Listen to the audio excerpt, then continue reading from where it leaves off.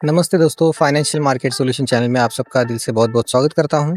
आप सभी को पता है कल मार्केट साइडवेज था या फिर आप कह सकते हैं बेरिश साइड में कन्वर्ट होने की कोशिश कर रहा था। मगर फिर भी 5 पांडव डटे हुए थे और वो बुलिश की तरह काम कर रहे थे और उस 5 पांडवों का अगर आप देखेंगे तो सिर्फ़ उनकी मीडिया में खबर आई कि उनके पास ऑर्डर आ चुके हैं।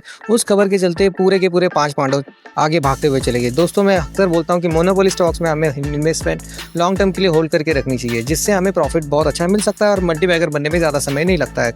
दोस्तों, हम बात करने वाले आज रेलवे स्टॉक्स के ऊपर। आप सभी को पता है कि railway stocks always and always priority basis पे नहीं थे कुछ सालों पहले, मगर अभी ये बहुत प्रायोरिटी पे है क्योंकि विकास का जो स्पीड है वो अभी मोदी सरकार ने बहुत अच्छे से पकड़ लिया है।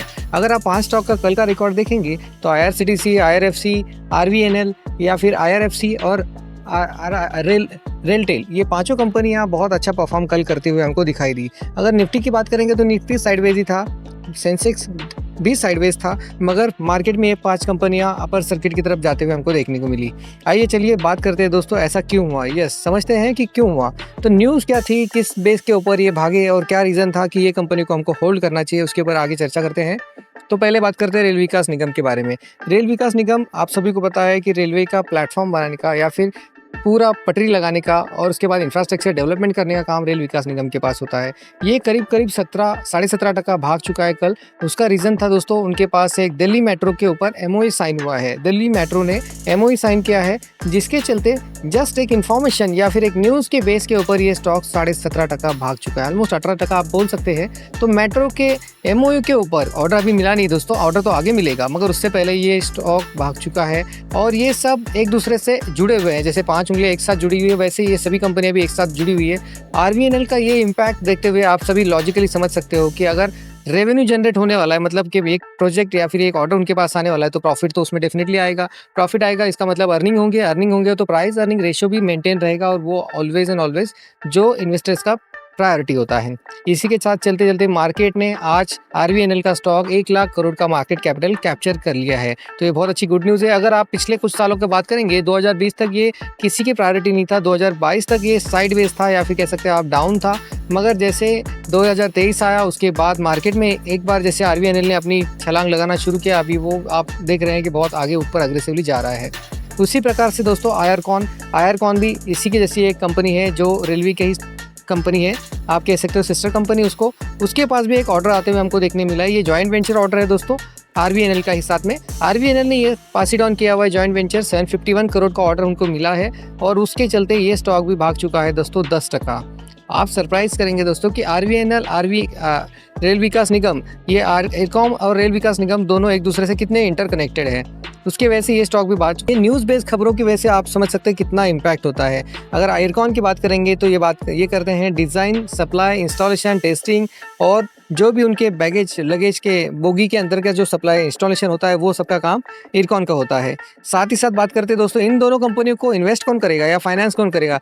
भैया सीधी सी बात है, एक ही कंपनी के पास, तो IRFC के पास इसका ऑर्डर का इम्पैक्ट डेफिनेटली होता है, जिसके वजह से ये स्टॉक भी 5% भाग चुका है। अगर इसको भी अगर आप चार्ट में देखेंगे तो 2022 से 2020 या 23 तक भी ये मार्केट में पूरी तरह से डाउनग्रेड था या साइडवेज था, मगर 22-23 के मिड तक आते आते ये स्टॉक ऊपर आना शुरू हो गया क्योंकि लोगों को प्रॉफिट और रेलवे का महत्व समझना शुरू हो गया।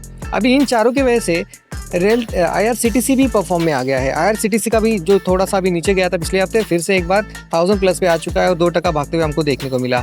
आप इन सब चीज़ों से एक नोट कर सकते हो दोस्तों कि रेलवे की कोई भी स्टॉक को आप अंडर एस्टिमेट नहीं कर सकते। भविष्य में ये स्टॉक ही मल्टी बैगर होते आपको देखेंगे क्योंकि ये मोनोपोली वाली कंपनी है, इनको कोई कॉम्पिटिशन नहीं है।